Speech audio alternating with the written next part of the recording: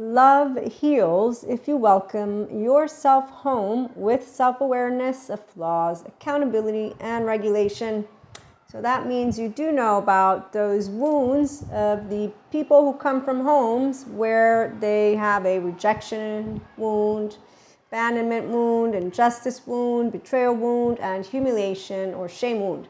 And those are all the people who go around sharing with us that humanity is unkind. They mistrust humanity. They don't like humanity. What else? They don't believe in the goodness and kindness of humanity. So any unkind human being, it's a childhood trauma survivor.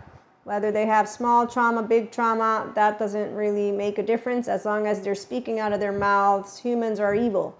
Knievel medieval, and ignorance is not bliss. In fact, we have a quote. If ignorance were bliss from Sadhguru, the entire world would be blissful, but they're not. You know why? Yeah, not securely attached homes, and this is not to create any kind of competition, FYI. So what you could know, if ignorance is not your cup of tea, so if you lack education, you believe that demons come and possess people. If you lack imagination, you also believe demons come and possess people. That's because anyone who's Pinocchio or Peter Pan or Lost Boys or anyone who basically doesn't know that you're human, so kindness is within you. Yes, they have a trust break, it's called. So that tea, as long as it's not healed, they like to walk around with also journey mantles. We call them mantles of mental health, mantles of yoga, mantles of spirituality. They actively, in fact, don't do this. Self-awareness. That's why they say, I think I love you, and no, I don't, and yes, I do. And they do this whole push-pull.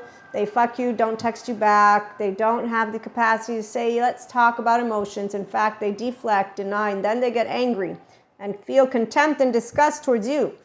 And this is where, wow, I'm just thinking therapy. There we go. Yeah, that's right. And then we have people who say, I found it hard to believe that my first years of life, and they have all this pent-up stuff. And it's like, you can do stuff with it. It's called self-regulate. I do it with my panic attacks, but I do know it's different than anger because, fear anger is about wanting to correct something. Thing is that anger gets projected towards humanity. And then you see people who flaunt around with, their wounds, and people follow them as they spread rumors about yoga, telling you demons come out of you when that's not it. No, you don't have to go it alone. Today we have a lot of educated people. It's been a while already, but I found out about it the past 3 years. So it's helped me to help you to understand why being yourself is easy for the ones of you who want. Human love narrative. We have the human suffering narrative, and they also have their enlightenment, spirituality, people who are spiritual bypassers, because anytime you hear anyone say you have to suffer, no, not really. Raise your hand if you know how to use your prefrontal cortex when you have tears in your eyes, or anger, or any of those 6 basic human emotions. Raise them. Raise them like you just don't care, because apparently we smile, and that's called you pretend to smile. No, I feel good in my body. I don't understand why happiness is such a disgusting emotion to you, or why any emotion. Oh, wait. That's right. So here's the deal. When you have childhood trauma, people get afraid that people are going to auto-diagnose themselves. People are afraid of anarchy. And when you're afraid of your own species, you choose whether it's a bear or not a bear. Basically, people don't know what to do with information. I actively think people can, because I'm not the smartest person on the block. So in my personal perspective as a life coach, woo-woo, spiritual lady, also because, woo-woo, since those who don't have the relationship with the infinite sphere, it's energy, God, and it's actually not woo-woo. But it is woo-woo for the sciences people. But the true sciences people, they come with us mystics, and we talk about things, good things. In fact, we enjoy each other very much. Why? Because we're smart brains. Excuse me, I forgot to mention. When you don't have trauma charges, so pebbles in your shoes that you just keep throwing around at people and become a misanthropist, you hate, dislike, mistrust humans. So yeah, anytime I hear anyone saying, they're bad, they're this, they're that, I learned not to cast a stone. Jesus and God taught me not to, and I found out I was when I said good and bad. And now I have smart people who are like, we really shouldn't be talking about humans as inherently good or evil, because there's Robert Sapolsky, thank you, determined. You have the first 3 years of your life, and if you don't know implicit memory well, it all comes up. So the 14-month-old will rule you until you're the one who owns your brain. Then you can come to me and tell me you're smart. Until then, I'll just be Pacha. I won't lecture you, by the way, if you're a Cusco. As you know what ignorant human beings do, they're not blissful. Oh no, by any means. No, no, no. They don't know Jesus. In fact, what they are fallen angels, because we're all angels. We're all babies from the star. Some of us are earth stars, and some of us are stars, but it's really all. So here, I'm integrating the mystic stuff for my 5D mystics. So yes, your emotions are a reflection of what's inside of you, and as long as you don't notice that your body keeps a score, you don't know of Bessel van der Kolk and Peter Levine with the muscles, bones, and tissues storing that. You also don't know of Lisa. Let me tell you about Lisa, because Lisa, she has a play of words, but hers is brain keeps account.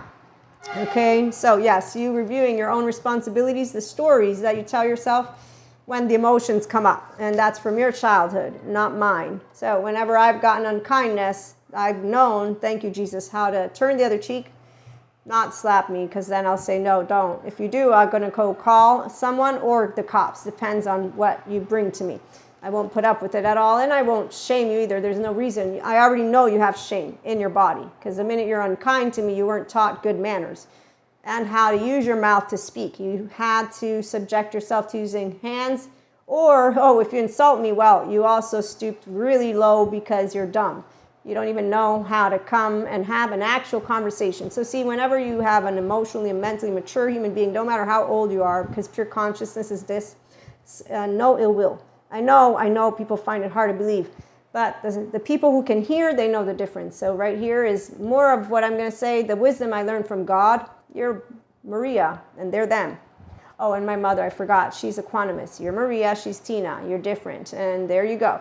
And, you know, that repetition. So my first 3 years of life, amazing. And so did the other stuff. Okay, so here, I didn't have to heal from my charges because I kept on becoming the owner. When you're self-aware, accountable, and regulating, that's why I get to teach it to you.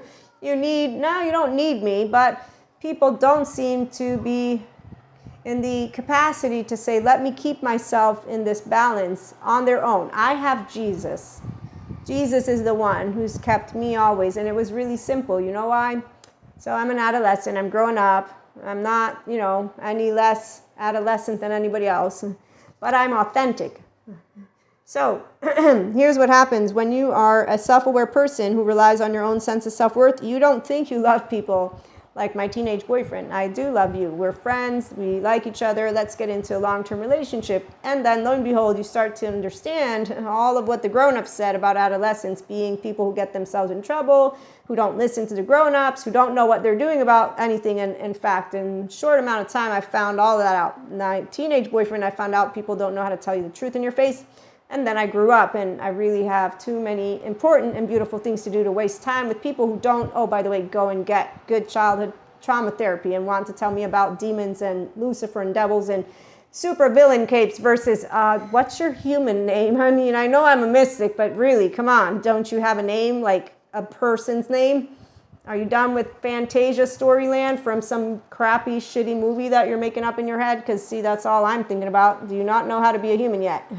I'm a human right now. So, fallen angels. I thought about this one today.